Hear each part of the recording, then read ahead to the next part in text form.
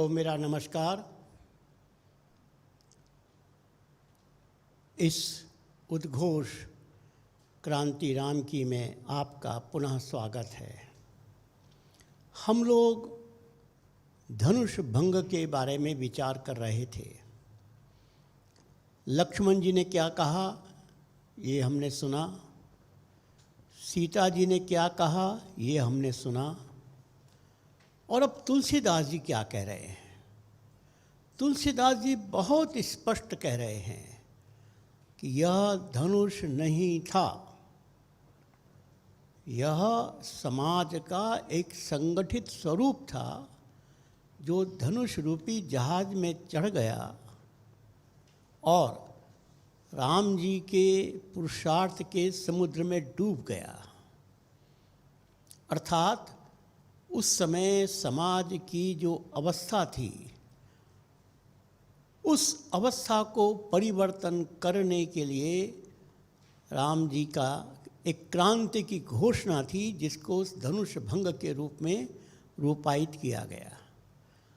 और तुलसीदास जी उस समय के शिव समाज की परिस्थिति की जो चर्चा कर रहे हैं, बिल्कुल वही स्थिति जो आज है। तुलसीदास जी कह रहे हैं, ये सब शिव जी के धनुष रूपी जहाज को पाकर समाज बनाकर उस पर चढ़ बैठे। अब कौन सा संदेह बाकी रह गया।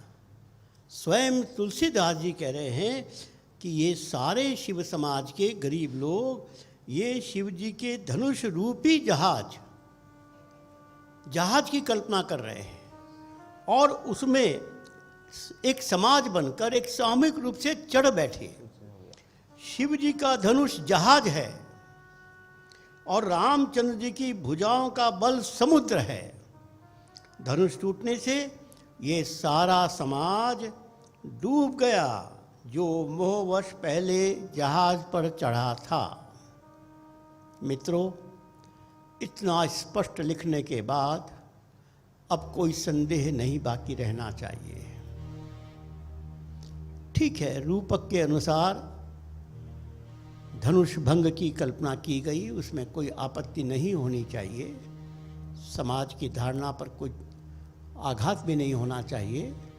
लेकिन जो चिंतक वर्ग है, जिसको प्रत्यक्ष काम करना है, जिसको केवल भक्ति का मार्ग बनाना है, उसके लिए वो सब उचित है।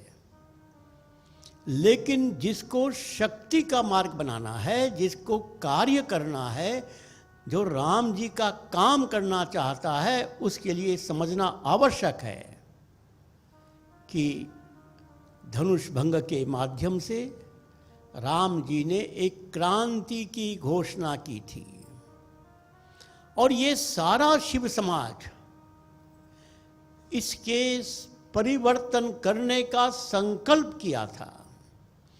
उसके सारे दोष मिटाने का एक घोषणा थी। अब दोष कौन कौन से थे? तो 9 दोष गिनाए गए।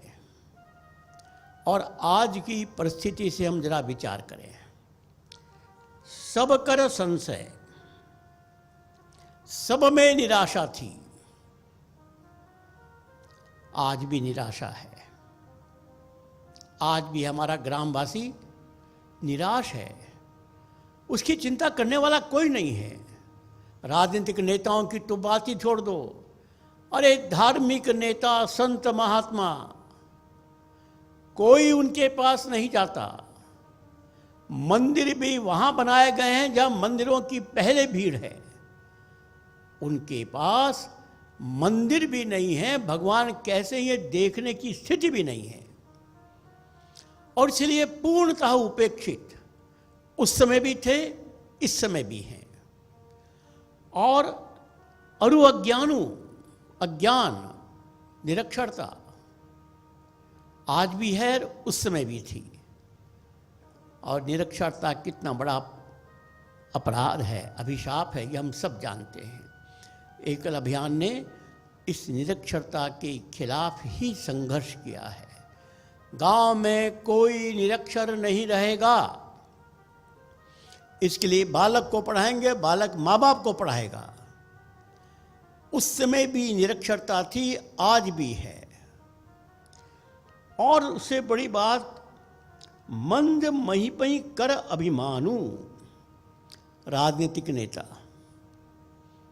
उनकी नीचता और उनका अहंकार उस समय भी था और आज भी है। दुनिया जानती है राजनीतिक नेताओं की नीचता की कहानी, बताने से कोई आवश्यकता नहीं है। हर दिन का अखबार बताता है, हर समय का समाज अनुभव बताता है। और केवल नीचता नहीं, अहंकार, कितना अहंकार। एक एमएलए बन जाता है, एक एमपी बन जाता है, कोई मिनिस्टर बन जाता है, तो ऐसा लगता है कि वो आकाश में उड़ रहा है। अर्थात यह उस समय भी था और आज भी है, बिल्कुल समान स्थिति। सबसे बड़ी बात है परशुराम जी की क्रांति का अहंकार। मित्रों, मैंने पहले बताया था, परशुराम जी एक अवतारी पुरुष थे। अत्याचार के विरुद्ध उन्होंने एक संकल्प किया था, लेकिन अत्याचार के विरुद्ध करते करते वो भूल गए कि वे इसमें इतने लिप्त हो गए कि उन्होंने जाति विद्वेष निर्माण कर दिया। क्षत्रिय वर्सेस ब्राह्मण, सारे क्षत्रिय चाहे अच्छे हों चाहे खराब हों, बस क्षत्रिय है मारो उसको, और सारा राज्य ब्राह्मणों को दो। और दूसरा, उनका विश्वास हिंसा पर था। वो वर्षे से ही उनका नाम परशुराम पड़ा। सारी समस्या का समाधान हिंसा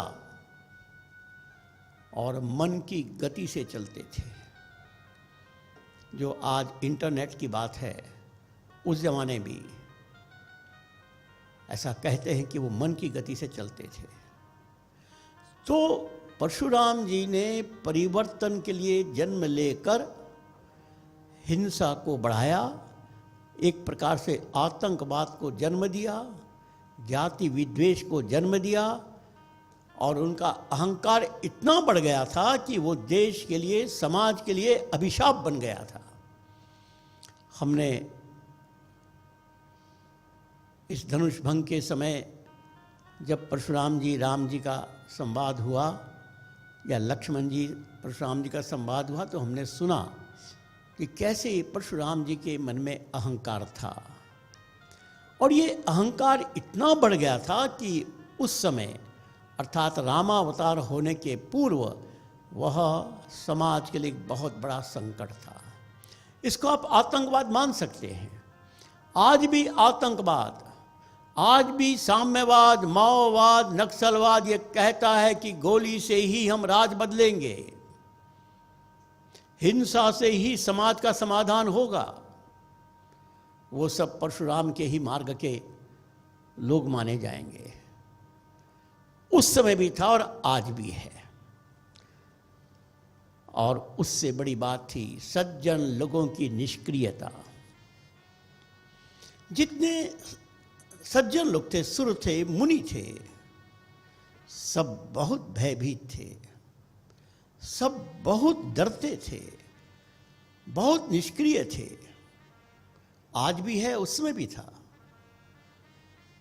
चाणक्य कहा करते थे, किसी देश में दुष्टों के ताकत से अधिक खराब बात या नुकसानदायक बात है सज्जनों की निष्क्रियता। आज भी हम देखते हैं समाज में, लगभग बहुत बड़ा समाज कहो, सारा ही समाज, अरे क्या पड़ा है हमको, सब ठीक है, चलेगा, करने दो। अपने मन के भय को, अपने कायरता को वो एक सिद्धांत बनाकर बोलते हैं।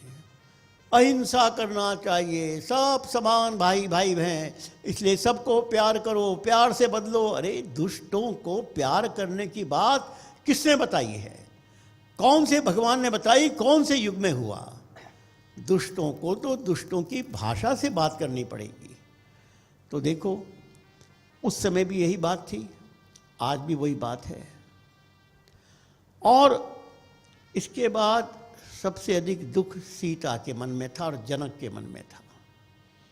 सीता तो दुखी थी ही, उसको मालूम था कि मेरा जन्म कैसे हुआ, मेरा इतिहास कैसा है।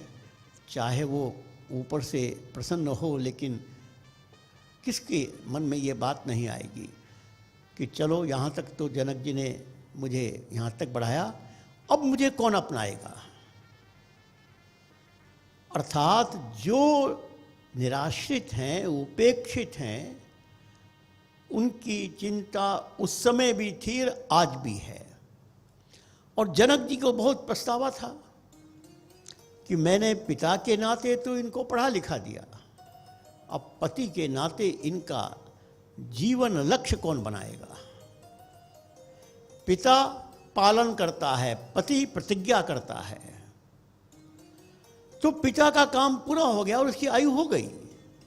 अब उसको पति चाहिए, लेकिन पति कौन मिलेगा, कौन उसको जीवन लक्ष्य बनाएगा। उस समय सबने तो मना कर दिया। आज भी हम लोग देखते हैं कि जनक मार्गी अर्थात हमारे नगर संगठन के लोगों ने एकल अभियान को यहाँ तक बढ़ाया। अब उनकी चिंता है कि एकल अभियान 30 वर्ष का हो गया, अब इसके बाद एकल अभियान अपने पैर पर कैसे चलेगा, एकल अभियान अब परिणाम कैसे दिखाएगा, अब एकल अभियान को जीवन लक्ष्य बनाने वाले लोग कितने निकलेंगे। ये उस समय भी जनक जी को चिंता थी, आज भी है। और सुनैना अर्थात सीता की माँ तो माँ होती है, उसके दुख को तो कुछ कोई कह ही नहीं सकता, क्योंकि एक माँ अपनी बेटी के बारे में कितनी चिंतित होती है। और सीता के बारे में जो सारी घटनाएं हुई, उस घटना से जनक जी भी दुखी थे, सीता की माँ सुनैना भी दुखी थी। अब कहने का अर्थ यह है, जो परिस्थिति आज इस वनवासी समाज की है, ठीक वही परिस्थिति उस समय थी। और इसका वर्णन करने की आवश्यकता क्या थी तुलसीदास जी को। अरे धनुष तोड़ना था, धनुष तोड़ते, ये सब बोलने की जरूरत क्या थी। क्योंकि तुलसीदास जी पुनः ये कहना चाहते हैं, धनुष भंग के माध्यम से एक क्रांति हो रही है। प्रभु राम घोषणा कर रहे हैं कि जिसका कोई नहीं उसके लिए मैं पैदा हुआ हूं। ये सीता मेरे जीवन का लक्ष्य बनेगी, ये उपेक्षित समाज मेरे जीवन का लक्ष्य बनेगा। और यही तो धर्म का आदेश था, यही तो हिंदुत्व की घोषणा थी। राम जी हिंदुत्व के, धर्म के प्रतिमूर्ति थे, मर्यादा पुरुषोत्तम थे। और इसलिए उन्होंने अपने कर्तव्य के अनुसार घोषणा की। यह है धनुष भंग का अर्थ। आज एकल अभियान भी वही कार्य कर रहा है। इस समाज की निराशा दूर करने के लिए हमने उनके अंदर अनेक प्रकार के उत्साह निर्माण करने के कार्यक्रम स्थापित किए। निरक्षा दूर करने के लिए तो हम 30 साल से साधना कर ही रहे हैं। और ये राजनीति नेताओं का अहंकार और उनकी नीचता, इसके लिए हम धर्म सत्ता का जागरण कर रहे हैं। हम राजनीति में नहीं जाएंगे, लेकिन राजनीतिक नेताओं को हम नियंत्रण से बाहर भी नहीं जाने देंगे। उनको कोई अधिकार नहीं है कि वे हमारे समाज के साथ नीचता का व्यवहार करें या वो हमारे समाज के साथ अहंकार का व्यवहार करें। मैंने एक घटना बताई थी, मैं पुनः दोहराता हूं। कल्पना करिए, एक विधानसभा क्षेत्र है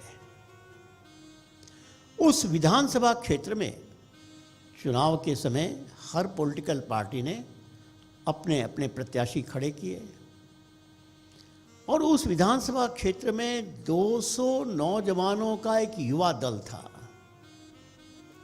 बहुत समर्पित नौजवान, उत्साहित, और सब 18 वर्ष से ऊपर सब वोटर बन गए। उनकी बैठक हुई कि भैया हम नए नए वोटर बने हैं, किसको वोट देंगे। तो जितने प्रत्याशी खड़े हुए थे उसमें से एक भी नाम उनको स्वीकार नहीं था। तब उन्होंने क्या किया, उन्होंने कहा कि हम अपना प्रत्याशी खड़ा करेंगे। अब कोई पॉलिटिकल पार्टी तो है नहीं, तो कौन सा प्रत्याशी खड़ा करेंगे। तो जिस स्कूल और कॉलेज से वो पढ़कर निकले थे उनके प्रधानाचार्य महोदय के बारे में उनकी धारणा बनी कि उनसे अच्छा व्यक्ति इस क्षेत्र में कोई नहीं है। तो उस युवा दल का प्रमुख प्रधानाचार्य महोदय के पास गया, कहा श्रीमान जी हम चाहते हैं कि इस विधानसभा में आप प्रत्याशी बनिए। उन्होंने कहा क्या मूर्खता की बात कर रहे हो, ना मेरे पास जाति के वोट हैं, ना मैं किसी पॉलिटिकल पार्टी का मेंबर हूँ, ना मेरे पास कोई धन है, ना मेरा कोई ऐसा राजनीतिक इच्छा है, मुझे क्यों लड़ना चाहिए। उन्होंने कहा इसलिए लड़ना चाहिए कि आप हमारे प्रतिनिधि बनेंगे, अच्छे आदमी हैं आप, तो मैं जीतूंगा कैसे, इसकी चिंता आपको नहीं करनी है। बस आप हस्ताक्षर कर दीजिए, एक पैसा खर्च नहीं करना आपको। अरे घर से बाहर भी मत निकलिए, बस हस्ताक्षर कर दीजिए। प्रधानाचार्य ने हस्ताक्षर कर दिया, निर्वाचन हुआ।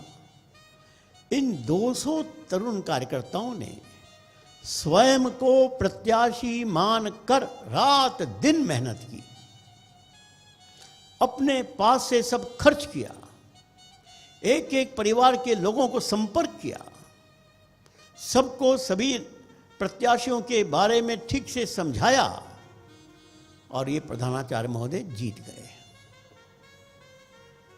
और जीते ही नहीं तो वो केंद्र में विधानसभा के में सदस्य बनने के बाद मंत्री परिषद के भी सदस्य बन गए, मंत्री बन गए।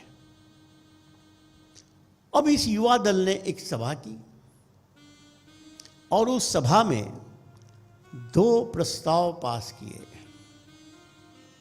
पहला प्रस्ताव प्रधानाचार्य जी के पास भेजने के लिए, श्रीमान जी हमें बहुत आनंद है कि आप मंत्री परिषद के सदस्य बने, हमारी ओर से आपका अभिनंदन, शुभकामना। लेकिन एक छोटी सी बात और, यदि आपने वहाँ पर 1 रुपए की भी बेईमानी की तो आपका परिवार गांव में घर से बाहर नहीं निकल पाएगा, पूरा सामाजिक बहिष्कार हो जाएगा।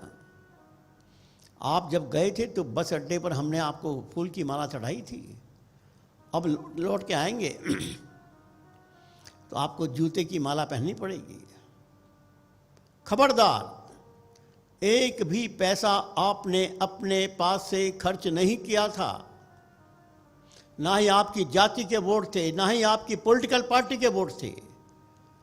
जिसने आपको जिताया उनकी ओर से आपको ये चेतावनी, 1 रुपए का खर्च बेईमानी आपने की तो आपके परिवार को दंड मिल जाएगा। और दूसरा प्रस्ताव पास किया उस विधानसभा के नागरिकों के लिए, इस क्षेत्र का कोई व्यक्ति अपने स्वार्थ के लिए गया मंत्री के पास, उसका भी सामाजिक बहिष्कार हो जाएगा। कोई उनके पास नहीं जाएगा अपने स्वार्थ के लिए। और उस विधानसभा में इस युवा दल की एक धाक थी कि ये सब नौजवान जो सोचते हैं वो करते हैं, करने की हिम्मत है। उसमें से कोई स्वयं पॉलिटिकल पार्टी में जाने की इच्छा नहीं थी, वो तो एक अच्छे लोगों को बढ़ाने का उनके मन में भाव था। अब आप बताइए, क्या वो प्रधानाचार्य प्रांत के राजधानी में बैठकर बेईमानी करने का साहस करेगा? बिल्कुल नहीं करेगा।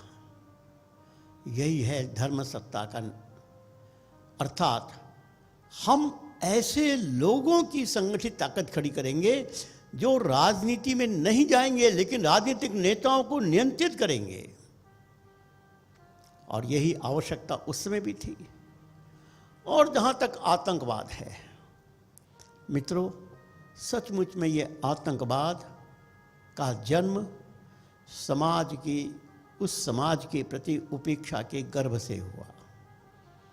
ये ठीक है कि उसके बाद कुछ विदेशी ताकतों ने उनका समर्थन किया, लेकिन आतंकवाद पैदा कैसे हुआ? उस समाज के, गरीब समाज, उपेक्षित समाज के नौजवानों को जब कुछ जमींदारों ने अत्याचार किया तो उनके मन में क्रोध तो आना स्वाभाविक था। आखिर ये नक्सलबाड़ी से नक्सलवाद कैसे शुरू हुआ? नक्सलबाड़ी बंगाल, उत्तर बंगाल का एक स्थान का नाम है और वहाँ पर एक बड़े जमींदार थे, उनके कुछ कर्मचारी थे। वो जमींदार कर्मचारियों के साथ बहुत खराब व्यवहार करता था, एक प्रकार से अत्याचार करता था। सारे कर्मचारियों ने मिलकर तय किया कि भाई अब सहन करने के बाहर है। सब ने इकट्ठा होकर बस उस जमींदार की हत्या कर दी। यहाँ से नक्सलवाद का जन्म होता है। चारू मजूमदार और कानू सन्याल उसके नेता बनते हैं और आज सारे देश में फैल गया।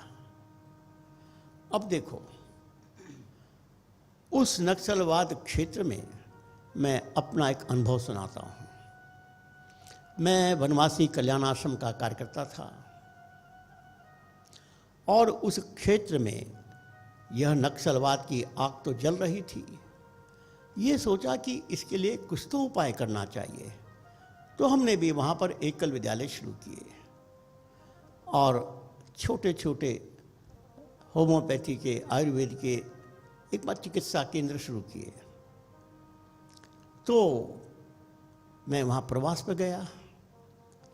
एक चिकित्सा केंद्र का उद्घाटन का कार्यक्रम था और मुझे कहा कि आपको वहाँ चलना है।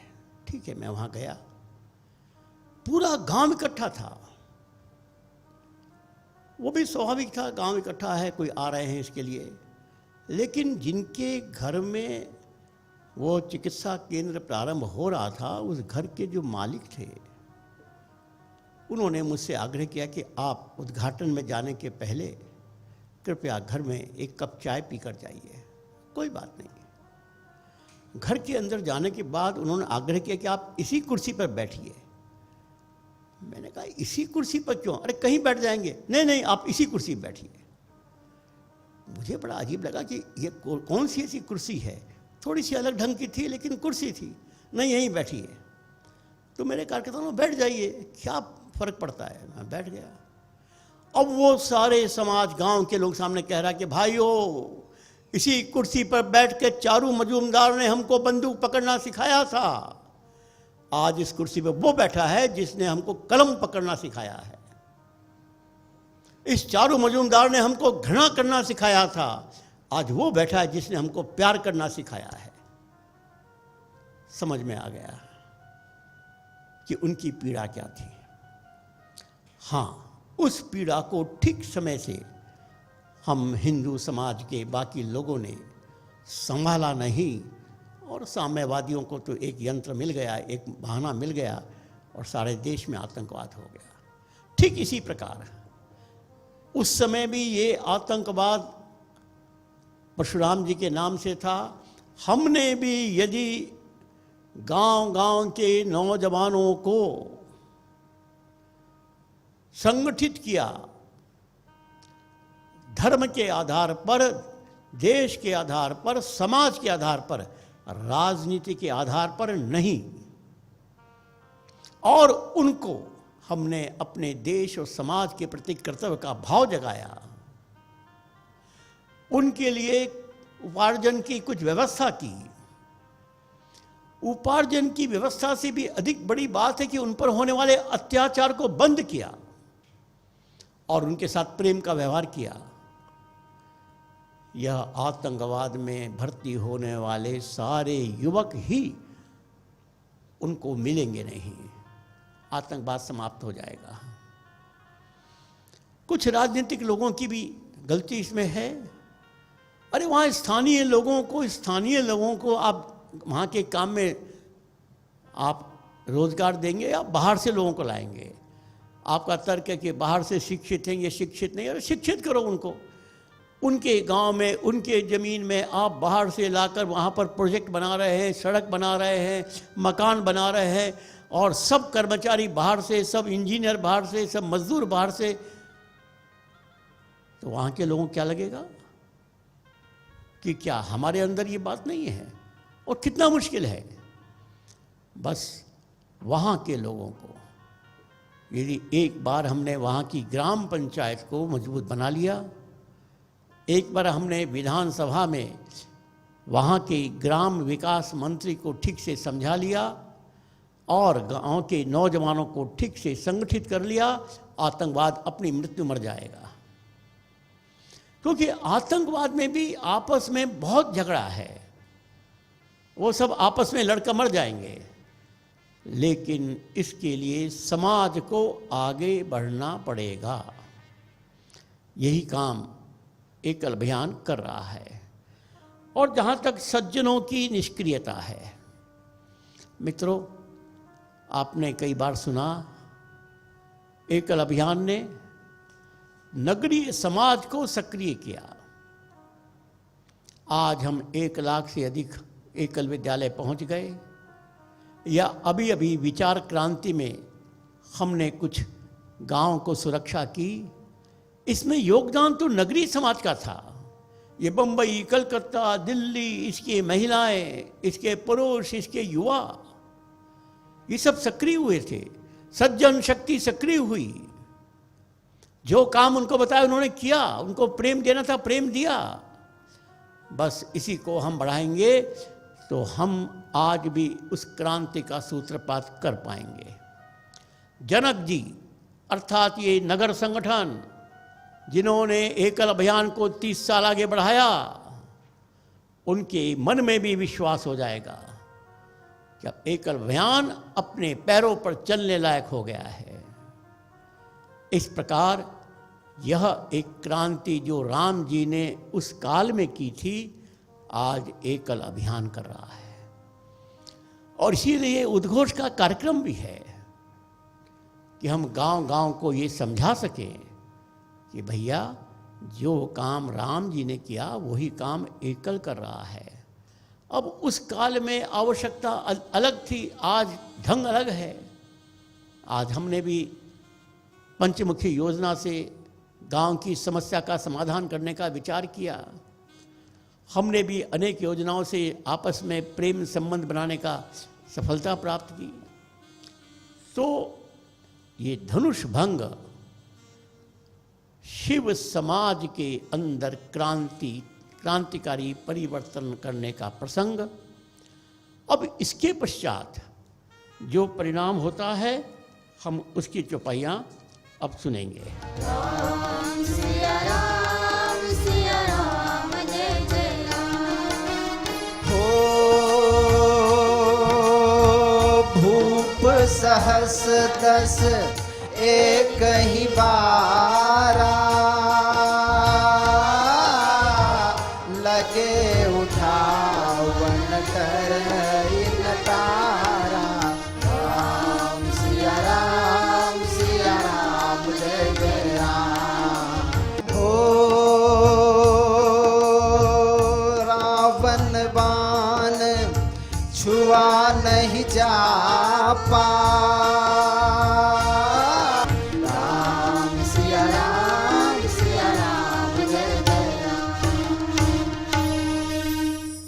इसके माध्यम से तुलसीदास जी और स्पष्ट कर रहे हैं, अरे 10,000 राजा उस धनुष को हिला नहीं सके। वो धनुष था ही नहीं तो हिलाएंगे क्या? वो तो सामाजिक क्रांति की घोषणा थी जो कोई राजा नहीं कर सकता, कोई राजनीतिक दल का व्यक्ति नहीं कर सकता। रावण जिसने कैलाश पर्वत उठा लिया और उसको हिला नहीं पाया। बानासुर जिसे सुमेर पर्वत उठा लिया, उसको हिला नहीं सका। फिर वही बात है, वह धनुष नहीं था। अरे धनुष होता तो ये कैसे संभव है? लेकिन वो सामाजिक क्रांति की घोषणा थी, और राम जी ने वो सामाजिक क्रांति की घोषणा की कि सीता को मैं अपना जीवन का लक्ष्य बनाऊंगा। और विश्वामित्र जी राम जी को कहते हैं कि उठो राम, जनक का दुख दूर करो। जनक का क्या दुख था? एक ही तो बात था कि इस बेटी को मैंने इतना पढ़ाया, इतना आगे बढ़ाया, अब इस बेटी को अपना जीवन साथी कौन बनाएगा? इस बेटी को अपना जीवन लक्ष्य कौन बनाएगा? सारे राजा ये तो आकर इसकी जाति पूछते रहे, बिना जाति पूछे कौन इसको बनाएगा अपना, अर्थात इस समाज को कौन स्वीकार करेगा? यही तो क्रांति है कि एक राजा का बेटा राम एक बिल्कुल अनजान बेटी को अपना जीवन लक्ष्य बना रहा है। मित्रों, यह जो धनुष भंग की घटना है, ये हम सब के लिए एक प्रकार से मार्गदर्शक है। हमको भी अपने जीवन में ऐसी क्रांति की घोषणा भी करनी है, इसका भाग भी बनना है। सीता यह गांव की संतान, ये गांव का समाज, उपेक्षित समाज, बस ये हमारे जीवन का लक्ष्य बन जाए। प्रत्येक राम भक्त राम सेवक बने, राम जी का नाम लेने वाला, राम जी का काज करने वाला बने। यही तो क्रांति है। अरे राम जी का नाम लेने वाले, माला भरने वाले तो घर घर में लोग हैं। उसके बाद भी देश की अवस्था है कि वहाँ धर्मांतरण भी हो रहा है, वहाँ पर हर प्रकार का अत्याचार हो रहा है, वहाँ हर प्रकार का शोषण हो रहा है। तुम राम जी की माला भजते हो, राम जी ने जिसके घर में जाकर सुख दिया उसकी तुम चिंता नहीं करते, तो राम जी तुमको कैसे आशीर्वाद देंगे? इसलिए एकल अभियान राम भक्तों को राम का कार्यकर्ता बनाने का अभियान है। राम भक्तों को राम सेवक बनाने का अभियान है। राम जी का नाम लेने वाले कार्यकर्ता लोग राम जी का काम करने वाले कार्यकर्ता बने और ये उनके जीवन का लक्ष्य बने।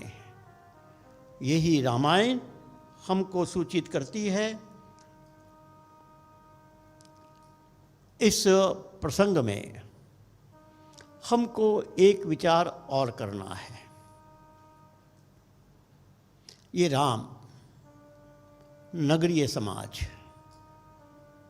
ये सीता ग्रामीण समाज, अर्थात नगरीय समाज के जीवन का लक्ष्य ग्रामीण समाज बने। नगरीय समाज इस ग्रामीण समाज को अपने जीवन का लक्ष्य बनाए। यही राम की क्रांति है।